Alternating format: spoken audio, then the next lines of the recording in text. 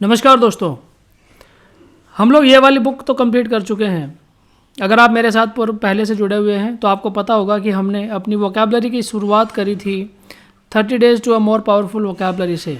यानी ये जो ग्रीन वाली बुक है, इस बुक से हमने शुरुआत करी थी और ये बुक हमने फिनिश कर चुके हैं। 30 days to a more powerful vocabulary हम लोग ऑलरेडी फिनिश कर चुके हैं। ऑलमोस्ट 30 दिन के लेक्चर्स में हमने इसको ख़त्म किया है और बहुत ही शानदार तरीके से इसमें हमने वोकैबलरी को सीखा है। बेसिक लेवल से कुछ रूट वर्ड्स भी थे, कुछ बेसिक लेवल से कुछ एडजेक्टिव्स, कुछ एडवर्ब्स, कुछ वर्ब्स, सभी को मिला के जितने भी वर्ड्स हो सकते थे इस बुक के अंदर वो हमने सीखे हैं। और किस तरीके से हम लोग वोकैबलरी अपनी अच्छी कर सकते हैं, अपने इंग्लिश ग्रामर को अच्छा कर सकते हैं, वो भी इस बुक के दौरान हमने सीखा। अगर आपने पिछले लेक्चर्स नहीं देखे हैं तो प्रतियोगिता उस यूट्यूब चैनल की प्लेलिस्ट में जाकर, कौन सी प्लेलिस्ट, वोकैबलरी की प्लेलिस्ट में जाकर आप पिछले लेक्चर्स को देख सकते हैं। 30 days to a more powerful vocabulary की। दोस्तों, अब हम जो बुक शुरू करने वाले हैं वो है ये वाली। ये जो ब्लू कलर की बुक आप देख रहे हैं, इसका नाम है 6 week to words of power. बहुत ही शानदार किताब है ये भी। और इसके अंदर क्या हम पढ़ेंगे और किस प्रकार से ये डिफरेंट है अलग दोनों किताबों से, तीनों किताबों से, वो अभी मैं आपको बताने वाला हूँ। उसके बाद हमारी जो बुक बचेगी वो वर्ड्स पावर, मेड इजी और ऑल अबाउट वर्ड, ये 2 बुक्स हमारी रह जाएंगी। इसके ख़त्म होते ही, 6 वीक के ख़त्म होते ही हम स्टार्ट करेंगे ऑल अबाउट वर्ड और लास्ट में फिर हम पढ़ेंगे वर्ड्स पावर, मेड इजी।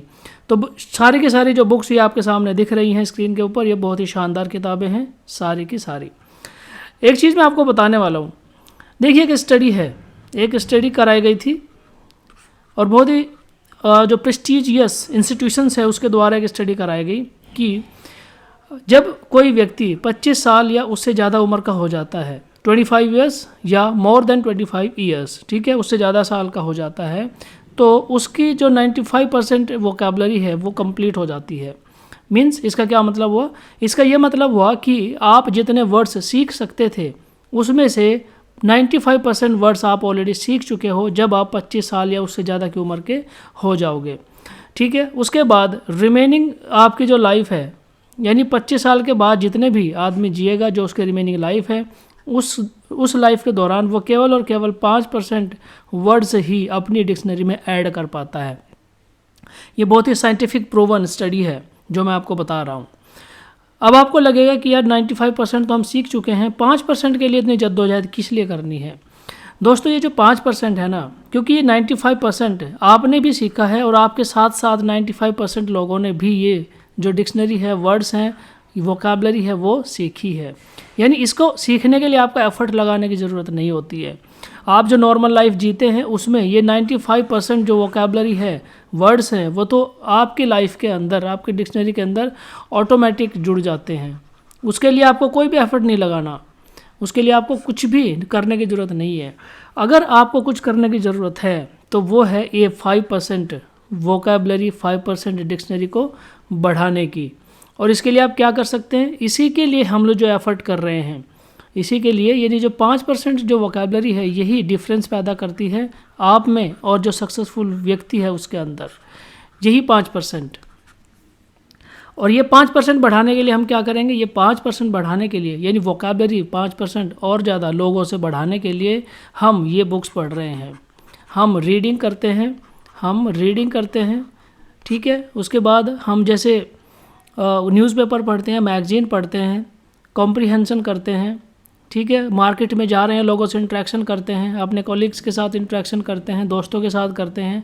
तो जहाँ से भी जो नॉर्मल हमारी वोकैबलरी है उसके अलावा जो हम चीज़ें सीखते हैं वो हमारी 5% स्टडी में ऐड होती जाती है, ठीक है। मैं यहाँ पर आपको तरीका बता रहा हूँ कि ये जो बुक्स हैं अगर आप इनको पढ़ लेते हैं तो आपकी प्रिपरेशन, क्योंकि हमारा मकसद क्या है? हमारा मकसद है तैयारी करना और सिलेक्शन लेना, ठीक है।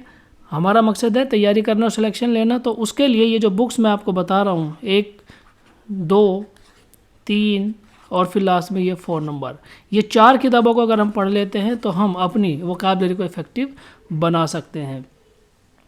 दोस्तों, वर्ड्स क्या है एक्चुअल में? वर्ड्स क्या है? वर्ड्स पावर है। वर्ड्स पावर है। वर्ड्स आपके कैरेक्टर को डिफाइन करते हैं। वर्ड्स आपके कैरेक्टर को डिफाइन करते हैं। वर्ड्स आपकी पर्सनैलिटी को डिफाइन करते हैं। शब्दों में वो ताकत होती है कि आप लोगों को अपनी तरफ आकर्षित कर सकते हैं, इन्फ्लुएंस कर सकते हैं। शब्दों में वो ताकत होती है कि आप घटित होने वाली घटनाओं को बदल सकते हैं, उनके रिजल्ट्स को बदल सकते हैं। जो एक्सपेक्टेशंस आपसे लोग करते हैं उनकी एक्सपेक्टेशंस को आप पूरा कर सकते हैं। शब्दों में ही आप लोगों को अपनी पहचान करवा सकते हैं, शब्दों से ही। अगर आपके शब्द बढ़िया हैं, आपके वोकैबुलरी अच्छी है, आपकी इफ़ेक्टिव स्पीच है, तो और इफ़ेक्टिव स्पीच कैसे होगी? अगर आपके पास दमदार वर्ड्स होंगे तो आपकी स्पीच भी कैसे हो जाएगी? अच्छी होगी। It is important to have a good vocabulary, बहुत ज़्यादा इम्पोर्टेंट है।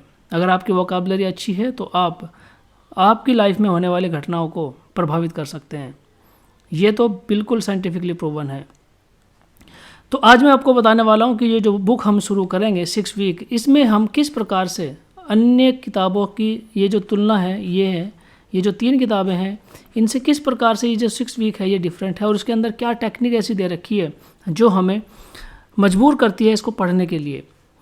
देखिए, जो हम पढ़ते हैं ना, हम जो पढ़ते हैं रोट लर्निंग जिसको बोलते हैं ना, रोट लर्निंग, ठीक है। रोट लर्निंग मतलब जो रटने वाली जो लर्निंग हम करते हैं, जिस प्रकार से हम रटते हैं चीज़ों को, कैसे रटते हैं और क्या हमारा टेक्निक है, क्या तरीका है अभी तक पढ़ने का, और मैक्सिमम लोगों का तरीका यही होता है पढ़ने का।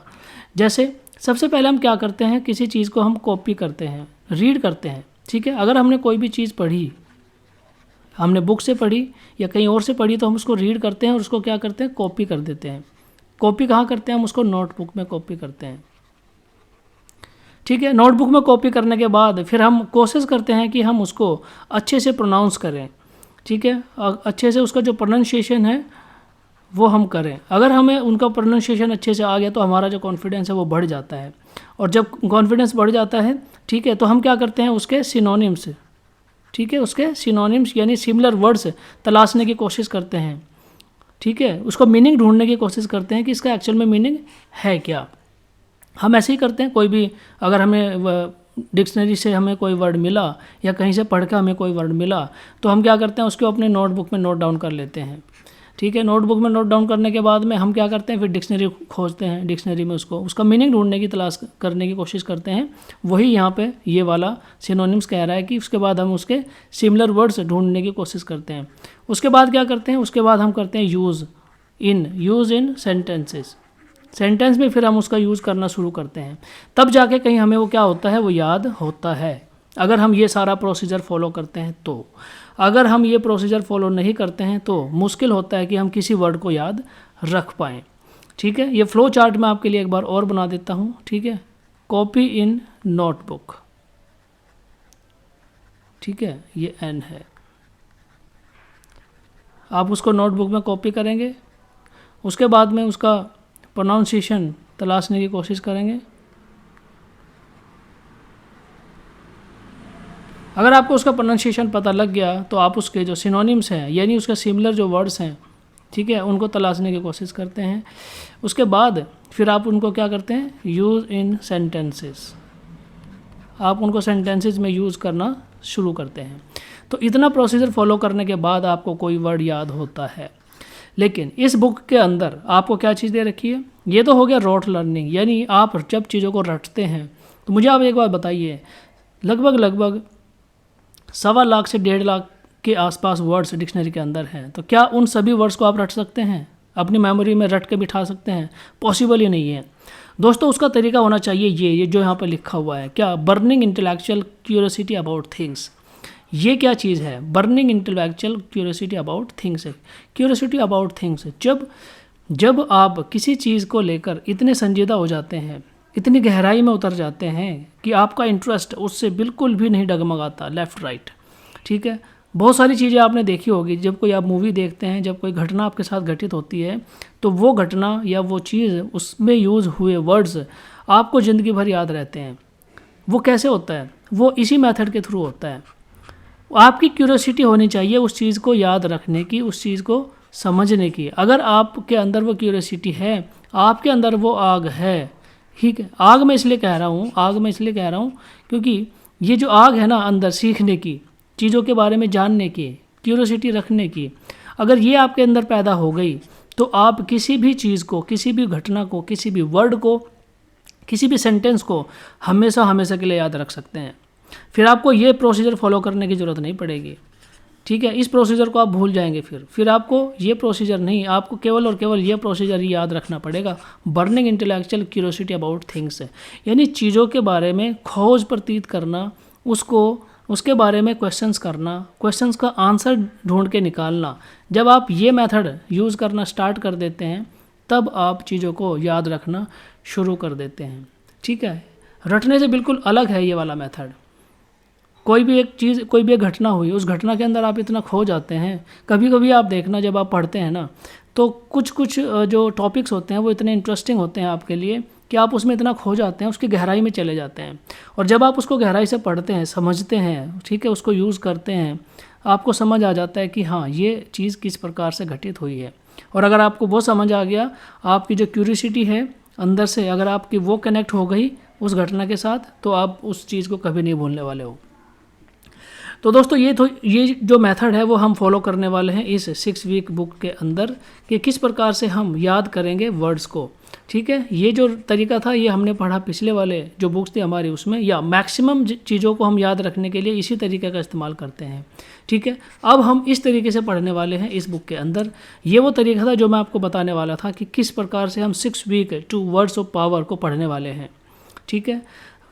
याद करने के बहुत सारे तरीके हैं, वो मैंने आपको ऑलरेडी बताए भी हैं। एक वीडियो मैंने बनाया था जिसमें मैंने 5 तरीके आपको बताए थे कि किस प्रकार से हम चीज़ों को याद रख सकते हैं, किस प्रकार से हम अपनी पर्सनालिटी को अच्छा बना सकते हैं, अपनी वोकैबुलरी को अच्छा बना सकते हैं, ठीक है। आप वो वाला वीडियो भी जाके देख सकते हैं।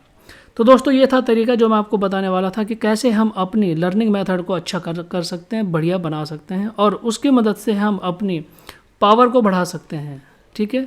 पावर को बढ़ा सकते हैं, हम अपने कैरेक्टर को बिल्ड कर सकते हैं, और उसके अलावा हम अपनी पर्सनैलिटी, ठीक है, पर्सनैलिटी को बिल्ड कर सकते हैं। तो ये वो तरीके हैं जो हम इस बुक के दौरान पढ़ने वाले हैं और सीखने वाले हैं। मुझे उम्मीद है अगर आप किसी भी एग्ज़ाम की तैयारी कर रहे हो उसमें आपको 100% इससे मदद मिलने वाली है। आप बिल्कुल भी इसको मना नहीं कर पाएंगे, बिल्कुल भी इससे आप अलग हटके नहीं रह पाएंगे कि आपको इससे हेल्प मिली या नहीं मिली। ये चारों किताबें मैं आपको पढ़ाने वाला हूँ, जिनमें से सेकंड बुक अभी हम स्टार्ट करने वाले हैं। ये हमारा इंट्रो लेक्चर है, ठीक है, कि किस प्रकार से हम इस बुक को कवर करेंगे। ये इंट्रो लेक्चर है। उसके बाद आपके लिए मैं फर्स्ट लेक्चर लेके आऊँगा, डे 1 का लेक्चर लेके आऊँगा, जिसमें हम अपने तरीके के जो हमने तरीका सीखा है उसके तरीके से हम अपने जो वोकैब के वर्ड्स हैं उनको पढ़ते जाएंगे। तो आज के इस लेक्चर में इतना ही है। मुझे उम्मीद है वीडियो आपको ज़रूर पसंद आया होगा और आप मुझे इसी प्रकार से फॉलो करते रहिए। मैं आपकी वोकैबुलरी को अच्छा बनाने में आपकी मदद करता रहूँगा। वीडियो देखने के लिए धन्यवाद। जय हिंद।